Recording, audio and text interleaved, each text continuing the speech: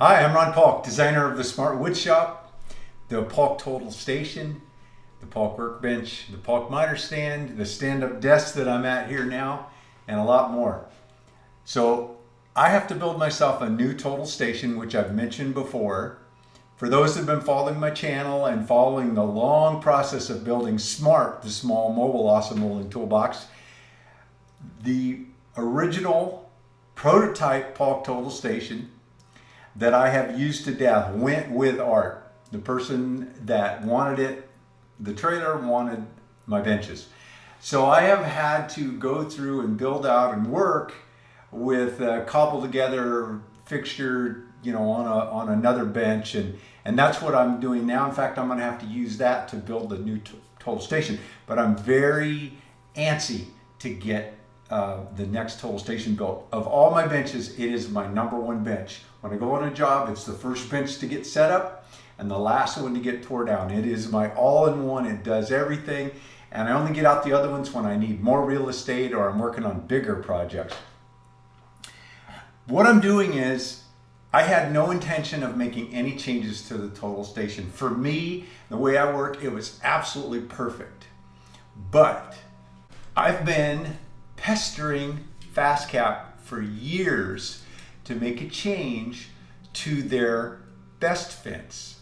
I really like the design, but it has a back on it, as a lot of fences do, and a miter fence needs no back. It doesn't offer any advantages, but it does have some disadvantages.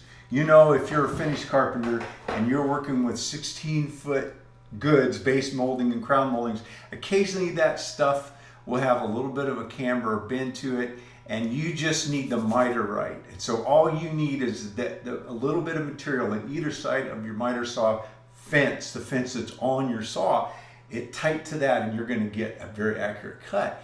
If the material has a camber to it and you've got a long fence, you're trying to push it back and squeeze it straight, and like I said, it doesn't offer an advantage. It doesn't improve accuracy. So I've been bugging Paul for a long time to get rid of that because I really like his fence.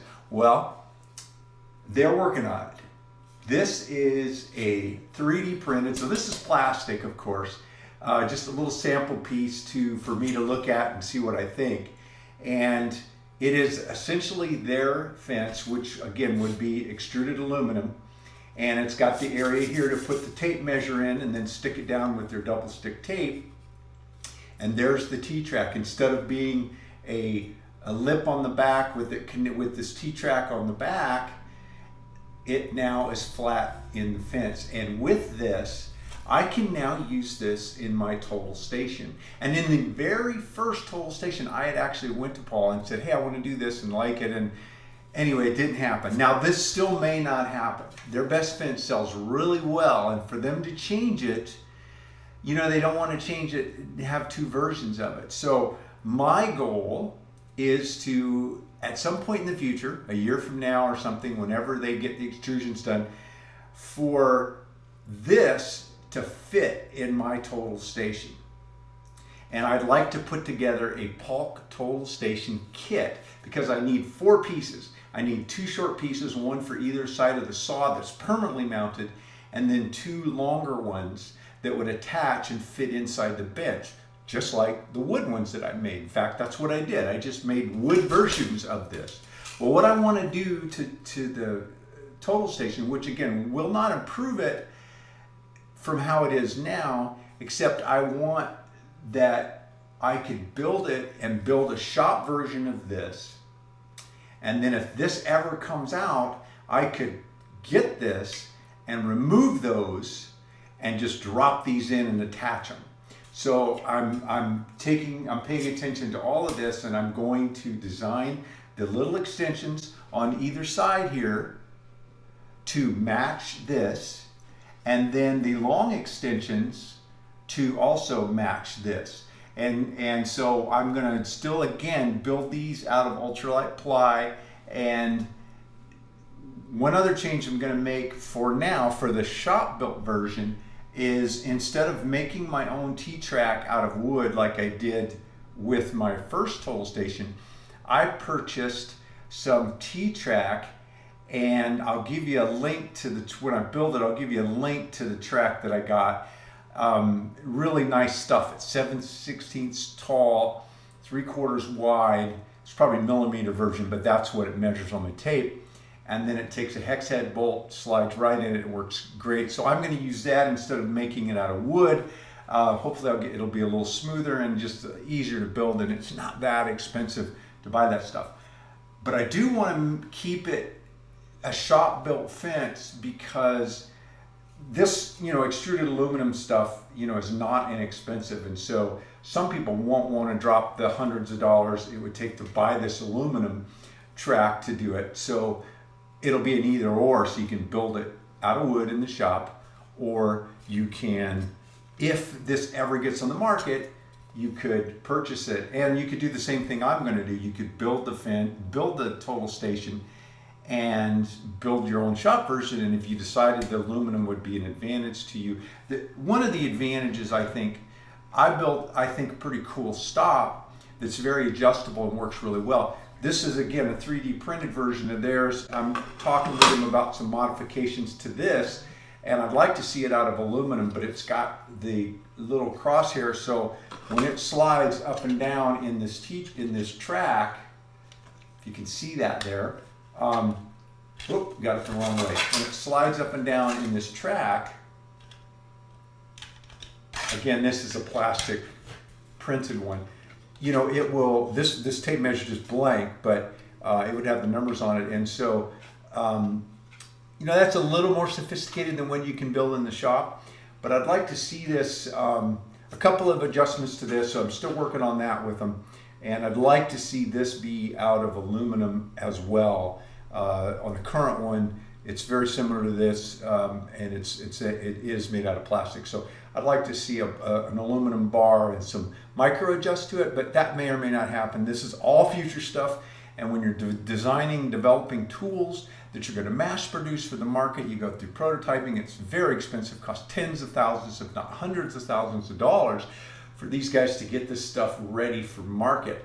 And so it's not, just a simple little build it in your shop, like we can do.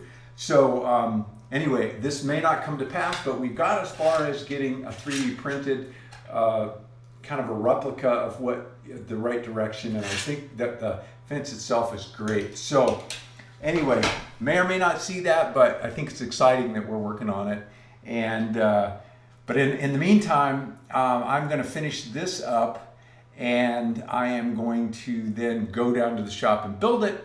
And just like I said in the last video, I'm going to let you guys follow along when I do it. I'm going to be doing another exciting thing. I'm going to be building it out of the Moreland ultralight plywood to make it even lighter than it is. And it's pretty light as it is, because the way I designed it to have a lot of that wood removed and without losing any strength, as if it were solid.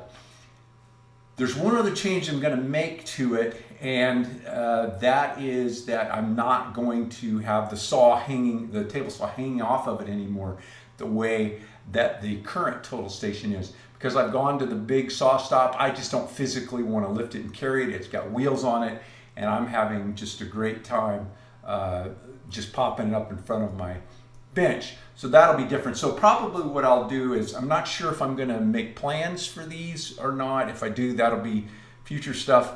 But if I do, because a lot of people still want to hang the table saw, I probably would have both available. I would maybe change the name so that it's Paulk Total Station Original, with table saw mount, and then Paulk Total Station 2, no table saw mount, or something like that, some kind of abbreviated, so that if you get a set of, if there are two PTS plans, like I said, if I had my other one that I sold, I wouldn't be wasting a minute on this, because I absolutely loved and I had the prototype, which was rougher than the plans were much more refined, and I never did get around to building myself a set of those. So I would have stuck with that one. But again, I don't have any right now, and since I've got to build one from scratch, I'm going to just make this adjustment to it. And even the original one, I think, with very little modification, could adapt a best fence if it were designed like that. The reason I can't use it with the back on it is then it screws up my table saw outfeed, because I can, with the current total station and the saw next to it, you know, the table saw next to it, I can slide the miter saw, just pop that wedge block out, slide it forward, or even remove it real quickly and set it down. And I've got the whole bench as an outfeed table for bigger stuff in my table saw. I could do that quickly. If I had a fence built in with the back on it, now my table saw is going to hit that, and that just it's a non-starter for me. So the, you know, like I said, any fence with a back on it just doesn't work in my workflow. Well, there's the update on what I'm working on in the next lengthy project that you're going to see me build down in the shop. And we'll get a weight on it and see what it weighs. Unfortunately, I didn't weigh the other one. So maybe one of you guys can weigh your total station and let me know what it weighs so that we can compare it. Hey, if you like these videos, be sure to give me a thumbs up, subscribe, and ring that bell. And also, if you want a set of total station plans or awesome rolling toolbox plans or the Paulk workbench, you can click on the link right here at the end of the video or in the description down below. Also, if you like some of the tools you see me using, I try to keep the Amazon page updated. If you use my link, which is in the description down below, and you pick up anything from Amazon through that link, whether it's a tool I have listed or something else you find, they kick back a little bit to us. It supports the channel, and it doesn't cost you any extra. Hey, thanks for taking the time to watch. Have a great day.